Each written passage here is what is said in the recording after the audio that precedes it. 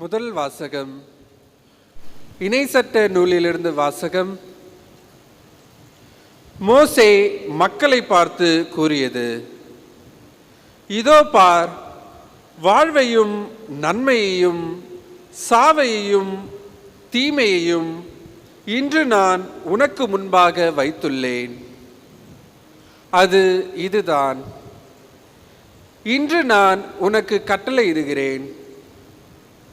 உன் கடவுளாகி ஆண்டவர் மீது அன்பு பாராட்டு, அவரை பின்பற்றி அவரது வழியில் நட, அவரது கட்டளைகளையும் நியமங்களையும் முறைமைகளையும் கடைப்பிடி. அப்போது நீ வாழ்வாய், நீ பலுகுவாய்.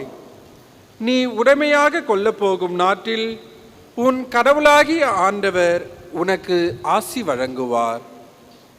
ஆனால் உனது உள்ளம் விலகி சென்று நீ செவி கொடாமல் கெட்டலைந்து வேறு தெய்வங்களை வணங்கி அவற்றுக்கு பணிவிடை புரிந்தால், இன்று நான் உனக்கு அறிக்கையிட்டு கூறுகிறேன், நீ நிச்சயம் அழிந்து போவாய். நீ உரிமையாக்கி கொள்ளுமாறு யோர்தானை கடந்து சென்றடையும் பூமியில் உன் வாழ்நாள் நீடித்திருக்காது. உன்மேல் இன்று நான் விண்ணையும் மண்ணையும் சான்றாக அழைத்து வாழ்வையும் சாவையும் ஆசியையும் சாபத்தையும் உனக்கு முன் வைக்கிறேன். நீயும் உனது வழித்தோன்றல்களும் வாழும் பொருட்டு வாழ்வை தேர்ந்து கொள்.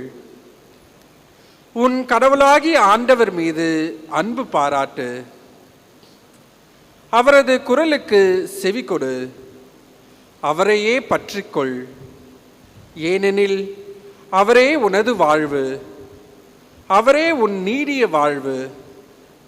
அதனால் ஆபிரகாம், ஈசாக்கு, யாக்கோபு என்னும் உன் மூதாதையருக்கு கொடுப்பதாக ஆண்டவர் ஆணையிட்டு கூறிய நாட்டில் நீ குடியேறுவாய்.